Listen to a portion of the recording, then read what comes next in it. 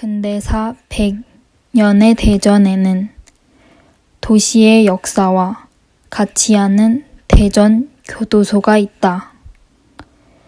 대전 교도소는 100년이라는 세월이 흐르는 동안 명칭도 감옥소에서 형무소로 그리고 교도소로 바뀌었다.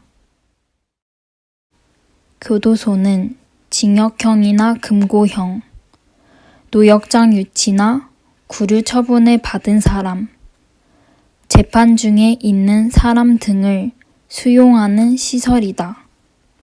과거 대전교도소에선 일제강점기와 해방, 미군정, 한국전쟁을 거쳐 민주화운동 시기를 관통하며 참혹한 인권 유린이 자행됐다. 3.1운동이 있는 3월, 인권이 유린된 아픈 역사를 살펴보고 그 의미를 돌아보고자 한다. 일제강점기, 조선인 탄압과 수탈의 현장. 대전교도소는 1919년 5월 8일 조선 총독부령 제86호에 의해 대전감옥소로 현재의 중구 중촌동에 개소했다. 3.1 독립만세운동이 전국적으로 일어난 직후다.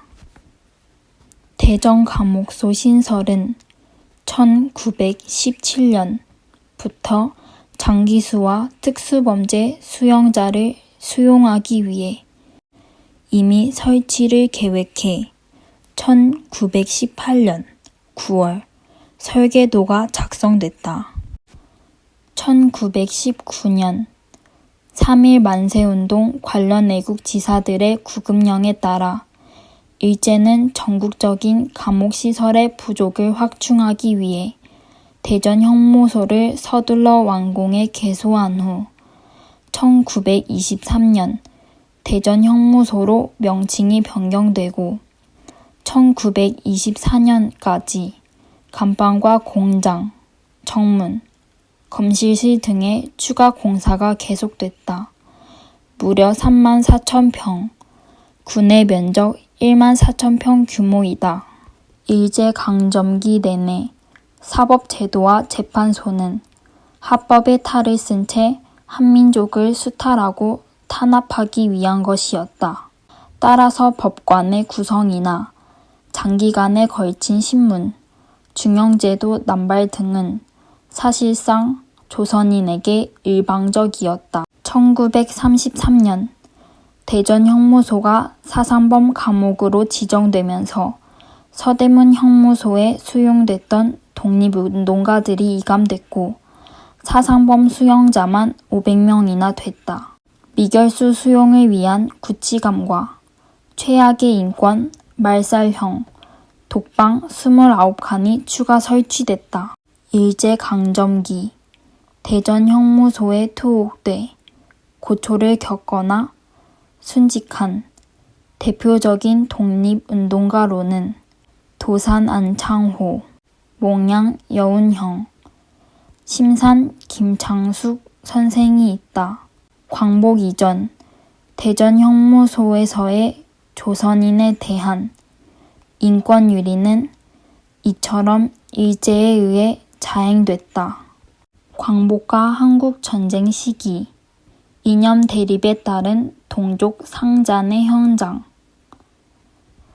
8.15 광복 시기, 대전 형무소 기록은 일제의 고의적인 문서 폐기와 6.25 전쟁으로 인한 문서 소실로 남아있는 기록이 거의 없다. 1950년 6.25 전쟁이 발발했다.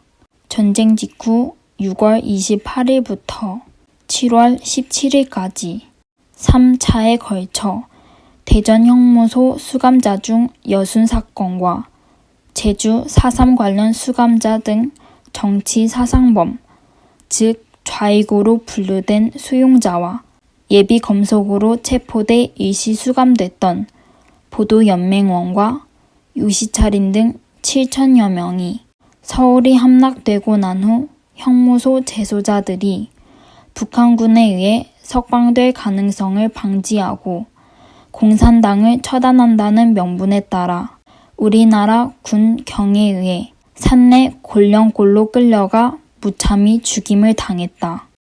7월 21일 대전을 점령한 북한군은 곤령골에서 무고한 양민을 학살했다는 이유로 국군 포로와 우익인사, 군인, 경찰, 공무원, 서북 청년 단원을 모조리 찾아 프란치스코회 수도원과 대전 경찰서, 대전 형무소에 나누어 수감했다.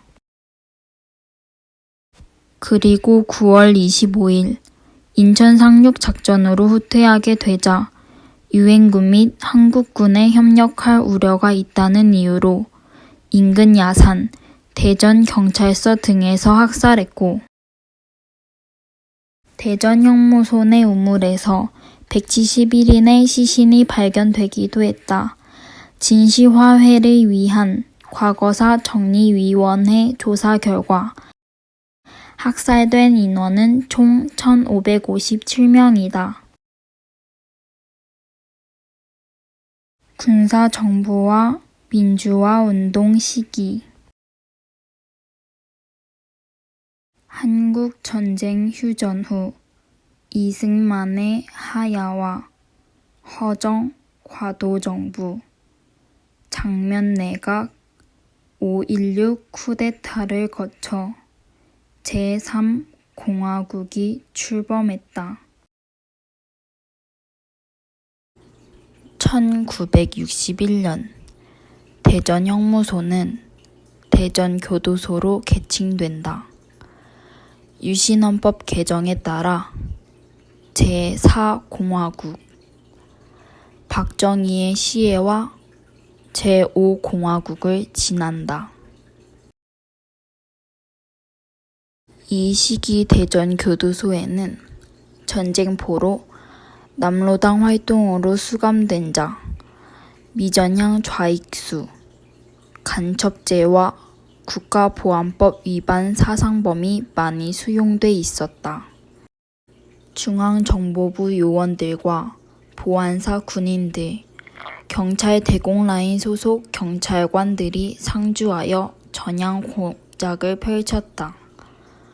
좌익 사범으로 분류된 수감자 중에는 1967년 7월 동베를린 사건에 연루된 이응노 화백이 있다. 한국 전쟁 때 월북한 아들과 만나게 해주겠다는 북한 대사관의 말을 믿고 베를린에서 북한 대사관에 다녀온 것이 반공법 위반으로 구속되어 징역 3년, 자격정지 3년이 확정되어 대전 교도소에서 수용 생활을 하다가 1969년 3월 7일 형 집행정지로 출소했다. 동백님 사건에 대해 중앙정보부는 대규모 간첩단이라며 203명의 관련자를 조사했지만 실제 검찰에 송치한 사람 중 검찰이 간첩죄나 간첩미수죄를 적용한 것은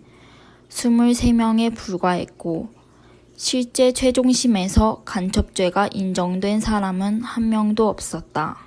수사 과정에서 강제 연행과 고문이 이루어졌다. 특히 유학생과 교민들의 강제 연행은 외교적 마찰을 빚었다. 결국 1970년 광복절을 기해 사건 관계자에 대한 자녀 형기 집행을 면제하고 사형수까지 모두 석방했지만 국제사회에서 한국은 인권 후진국으로 낙인 찍혔다. 최근 미얀마 군사 쿠데타 사태를 보면서 우리나라의 군사정부 시절 인권 유린 역사를 돌아본다. 인권의 관점에서 볼 때 교도소는 동전의 양면과 같다. 죄를 지은 범죄자의 자유를 박탈함으로써 죗값을 치르게 하는 교정시설인 한편 인권이 무시되고 말살되는 현장이 되기도 하기 때문이다. 1984년까지 중촌동 대전교도소가 있었던 자리에는 평화공원이 조성됐다. 외세에 의한, 이념 대립에 의한, 독재 정부에 의한 인권 유린이 다시는 발생하지 않기를 바란다.